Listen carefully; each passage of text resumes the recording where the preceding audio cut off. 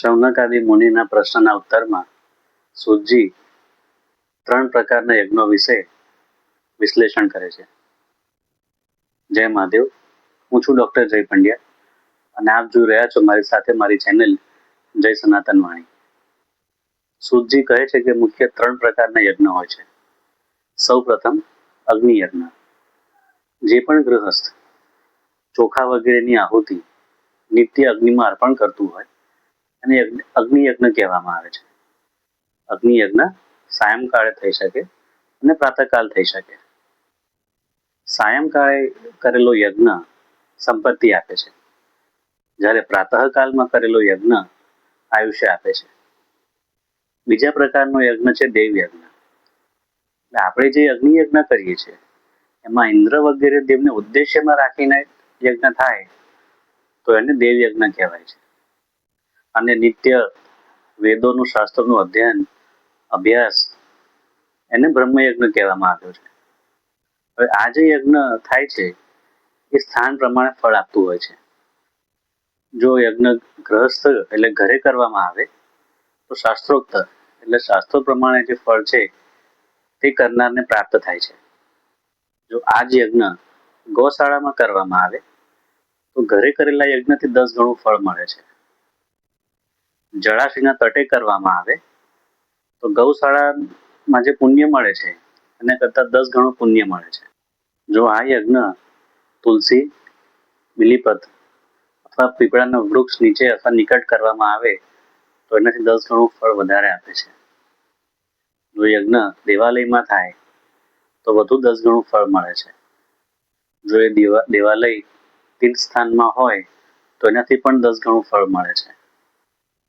જો આ યજ્ઞ નદી કિનારે કરવામાં આવે તો તીર્થના દેવાલયથી 10 ગણું ફળ વધારે મળે છે. આ નદી જો તીર્થ સ્થાનમાં હોય તો સામાન્ય નદીના તટ પર જો કરેલું હોય તો એના કરતાં 10 ગણું ફળ વધારે આપે છે. જો આ યજ્ઞ સપ્તગંગાના તટે કર્યું હોય તો વધુ શ્રેષ્ઠ ફળ પ્રાપ્ત થાય છે. જો આ યજ્ઞ પર્વતના શિખર ઉપર કરવામાં આવે તો સપ્તગંગાના તટ પર કર્યા યજ્ઞ કરતાં પણ 10 ગણું ફળ વધારે આપે છે. પણ શિવ મહાપુરાણ એવું કહે છે કે સર્વશ્રેષ્ઠ ફળ ક્યાં પ્રાપ્ત થાય છે? તો જે આપણું મન તલ્લીન થઈ જાય તે જગ્યાએ કરેલો યજ્ઞ સર્વશ્રેષ્ઠ ફળ આપે છે. ભક્તોએ શ્રદ્ધાળુએ પોતાની માનસિક, આર્થિક અને શારીરિક તાકાત પ્રમાણે જગ્યા નક્કી કરી યજ્ઞ કરવો જોઈએ. જે બ્રાહ્મણ આ પૂજા અને યજ્ઞ કરાવે છે એમણે જો 24 લાખ જપ ગાયત્રીના કર્યા હોય તો એ પાત્ર સર્વશ્રેષ્ઠ મનાય છે. પાત્ર કેમ કહેવાય છે? કારણ કે જો આવા બ્રાહ્મણ પૂજા અને યજ્ઞ કરાવે તો સર્વશ્રેષ્ઠ ફળ પ્રાપ્ત થાય છે, સર્વ ભોગ પ્રદાન થાય છે.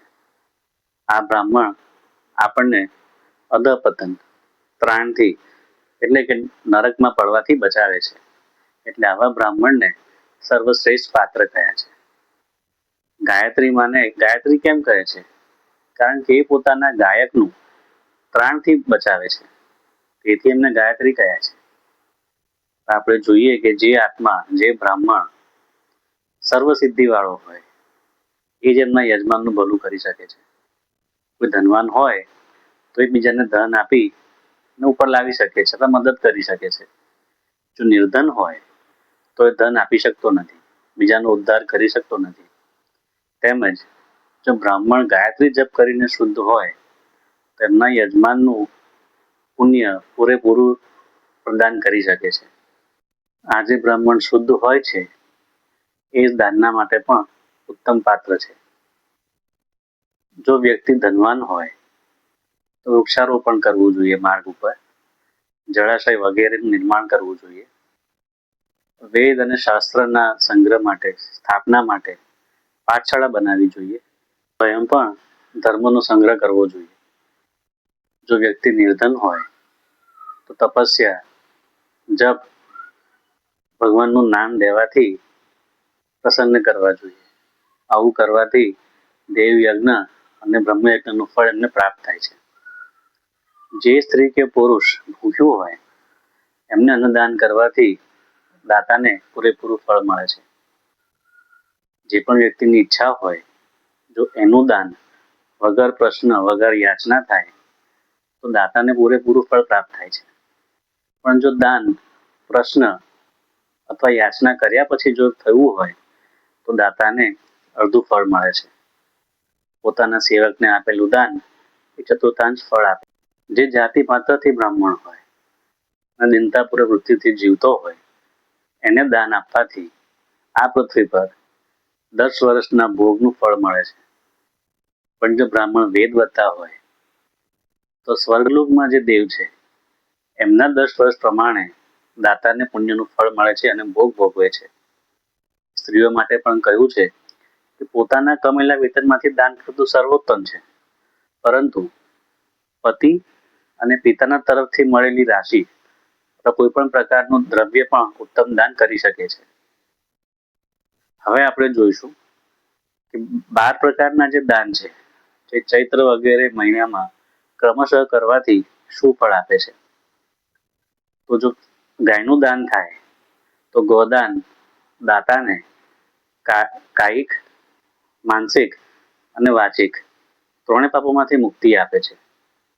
જો ભૂમિદાન થાય તો આ લોક અને પરલોકમાં પ્રતિષ્ઠા પ્રાપ્ત કરાવે છે. તલનું દાન થાય તો એ બળવર્ધક છે અને અપમૃત્યુનું નિવારક છે. જો સુવર્ણ એટલે સોનાનું દાન કરવામાં આવે તો એ જઠરાગ્નિ વર્ધક છે અને વીર્યદાયક છે. જો ઘીનું દાન કરવામાં આવે તો એ પુષ્ટિકારક ગણાય છે. વસ્ત્રનું દાન કરવાથી આયુની વૃદ્ધિ થાય છે. ધાન્યના દાનથી અન્નધનની સમૃદ્ધિ થાય છે.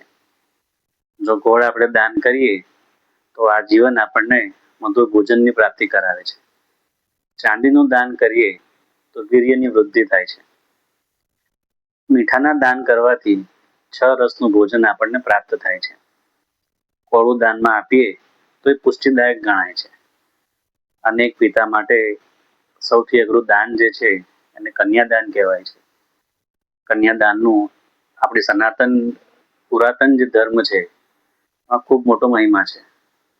તો કન્યાદાન કરવાથી આજીવન ભોગ પ્રદાન કરે છે. આ લોક અને પરલોકમાં પણ કન્યાદાન કરનાર છે સર્વ ભોગ મેળવે છે. તો આ હતા ચૈત્ર વગેરે મહિનામાં 12 ક્રમશઃ દાન કરવાથી આપણને શું પુણ્ય મળે છે. આવતા વિડીયોમાં આપણે જોઈશું કે પાર્થિવ પ્રતિમાનું સ્થાપના કેવી રીતે થાય, પૂજન કેવી રીતે થાય અને એનું શું મહત્વ છે. આ વિડીયોને લાઈક કરો, શેર કરો, સબસ્ક્રાઇબ કરો અને કમેન્ટમાં હર હર મહાદેવ ચોક્કસથી લખજો.